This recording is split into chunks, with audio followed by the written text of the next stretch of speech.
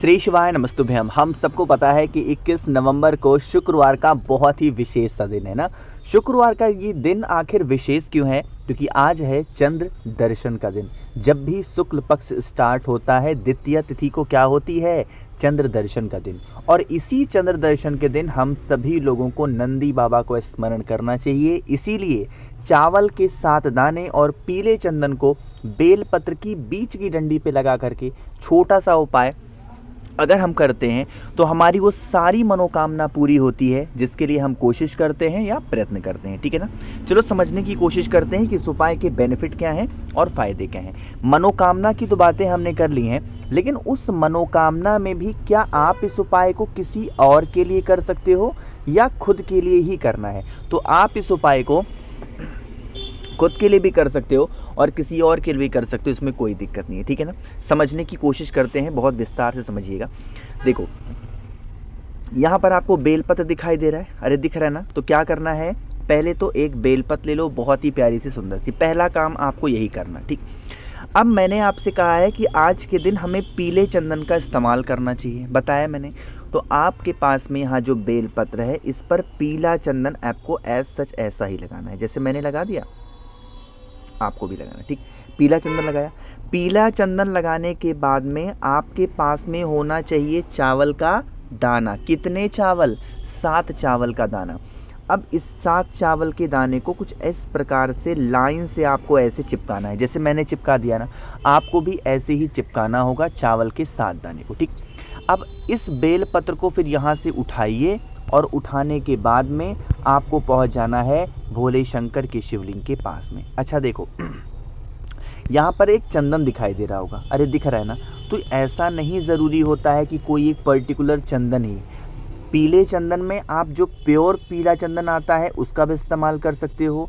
पीले चंदन में ही एक अष्टगंध आता है, आप उसका भी इस्तेमाल कर सकते हो। आप सूखा ले सकते हो, गीला ले सकते हो, उसमें कोई दिक्कत नहीं है। चीज़ें क्लियर हैं क्या? चलो अब समझ लो कि हमें कैसे चढ़ाना है और कहाँ पे चढ़ाना है। जब कभी भी आपको ऐसा लगे कि आपकी मनोकामना बिल्कुल अधूरी रह जा रही है, आपकी बातें भोले बाबा नहीं सुन रहे हैं, आपकी बातें कोई भी देवी देवता नहीं सुन रहे हैं, तो आप सभी लोगों को इस उपाय को ज़रूर करना चाहिए। ठीक है ना।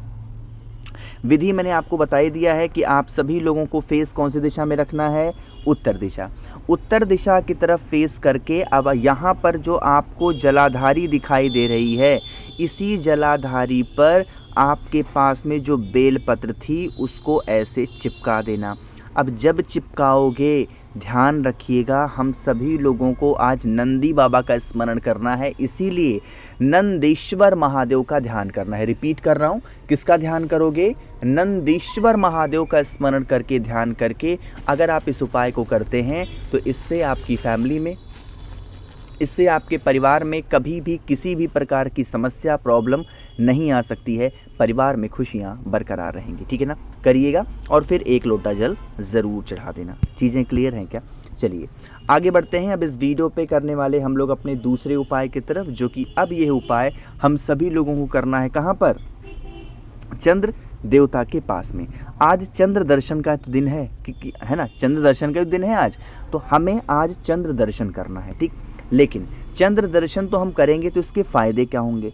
अगर आपके घर में कोई ऐसा व्यक्ति है जो रोगी प्रवृत्ति का है, कहने का मतलब क्या है कि वो इंसान की कोई ऐसी बीमारी है, कोई ऐसी तकलीफ़ है जो ख़त्म ही नहीं हो पा रही है, तो आप सभी लोग इस उपाय को करेंगे। ठीक है ना। इसके लिए क्या ज़रूरत पड़ेगी? इसके लिए आप सभी लोगों को ज़रूरत पड़ने वाली है इस प्रकार से दूध की। ठीक। दूध कैसा लेना है?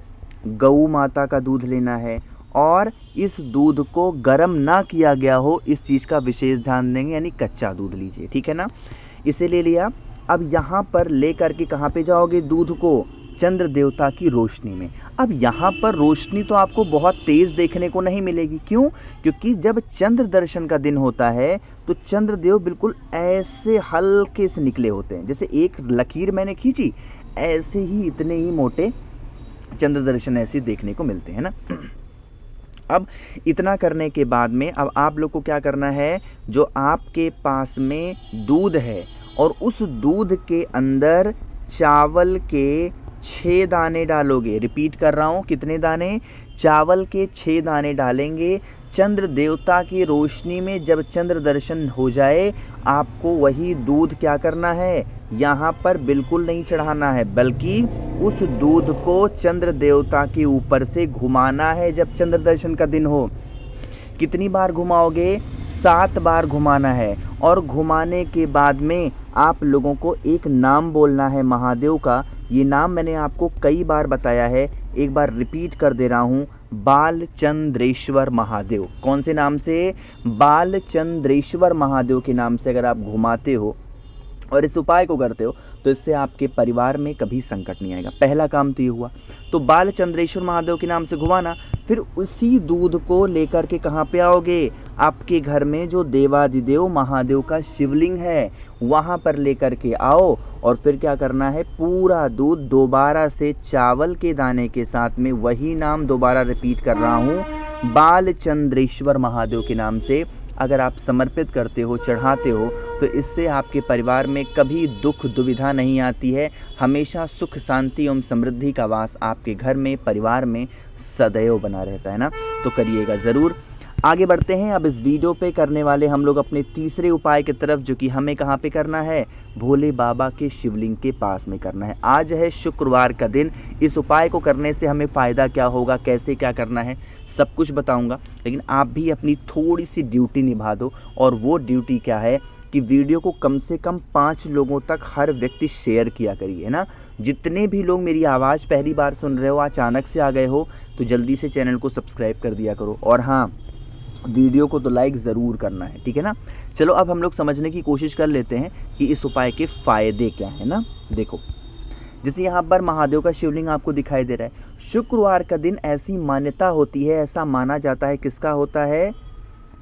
माता लक्ष्मी का होता है। रिपीट कर रहा हूँ, किसका होता है? शुक्रवार का दिन माता लक्ष्मी का होता है। तो आपको क्या करना है, जो भी मैंने आपको चीज़ें दिखाई, ठीक है ना, कौन सा, सॉरी दिखाई तो नहीं, बट ऐसे बता दे रहा हूँ, फोटोज ज़्यादा नहीं लगा पाया।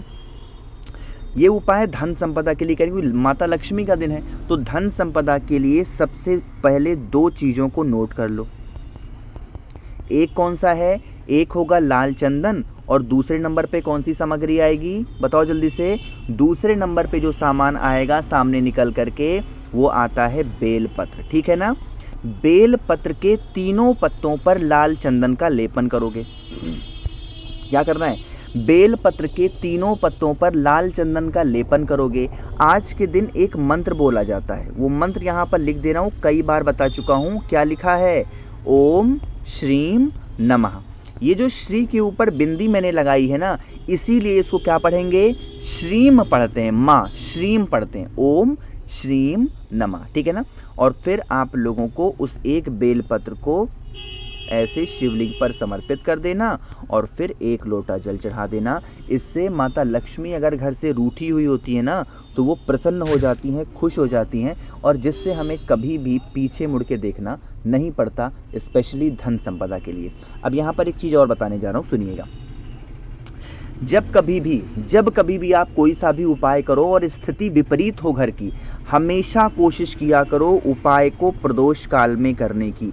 किसी और देवी देवता की पूजन करने का महत्व सूर्योदय से पहले हो सकता है, या सूर्योदय के बाद हो सकता है, सुबह 10 बजे से पहले हो सकता है, लेकिन देवादिदेव महादेव की पूजा करने का जो सबसे परफेक्ट टाइम माना गया है वो प्रदोष काल होता है, जिस टाइम पे सूर्य देवता अस्त हो। तो इन सब बातों का विशेष ध्यान दीजिएगा, ठीक है ना। चलिए, प्रदोष काल में ही महादेव का उपाय किया करिए। आगे बढ़ते हैं सबसे आखिरी और सबसे स्पेशल उपाय की तरफ, जो कि आप सभी को शमी के पत्ते के साथ करना है। शुक्रवार का दिन है, बहुत स्पेशल सी वीडियो है, समझिएगा। देखो, अगर आपके घर में कष्ट समाप्त नहीं हो रहा है, ठीक, वो कष्ट किसी भी चीज़ को लेकर के हो, चाहे घर में प्रॉब्लम हो, बाहर हो, कहीं पर भी कैसी भी प्रॉब्लम चल रही हो ना, कष्ट के रूप में है, तो आप शमी का 1 पत्ता ले लो, बस, बहुत ज़्यादा नहीं करना। शमी का 1 पत्ता ले लो, और ऐसे तांबे का पात्र ले लो, इसके अंदर जल भर लो। गंगा जल हो तो बहुत अच्छी बात है, नहीं है तो भी कोई दिक्कत नहीं है। अब आप इस कलश को उठाइएगा, शमी के पत्र को कलश के नीचे रखेंगे। अब शमी के पत्ते को कलश के नीचे रखेंगे, फिर आप इस कलश को उठाएंगे और लेके पहुंच जाएंगे देवाधिदेव महादेव के शिवलिंग के पास में। शमी के पत्ते को रख देंगे भोले बाबा के शिवलिंग के ऊपर और फिर 1 लोटा जल चढ़ा देना। इससे क्या होगा कि आपके परिवार की जो समस्या होती है, कैसा भी कष्ट होगा, कैसी भी प्रॉब्लम होगी, वो ख़त्म होगी। लेकिन एक नाम ध्यान रखिएगा, अवधूत रूप महादेव के बारे में मैंने कई बार बताया है आपको, और आपने पूज्य गुरु जी की कथा में भी इस नाम को बहुत बार सुना होगा। तो आज के दिन हमें उनका अवधूत रूप ध्यान रखना है। अवधूतेश्वर महादेव के नाम से उपाय को करिएगा, ठीक। तो मैंने कोशिश की है आप सभी को सब कुछ अच्छा बताने की। कोई बातें समझ में ना आई हो तो नीचे कमेंट सेक्शन में पूछिएगा। मेरे जितने भी भाई बहन आज पहली बार सुन रहे हैं मेरी आवाज़, तो चैनल को सब्सक्राइब करेंगे और वीडियो को लाइक सभी को करना है। श्री शिवाय, नमस्तुभ्यम।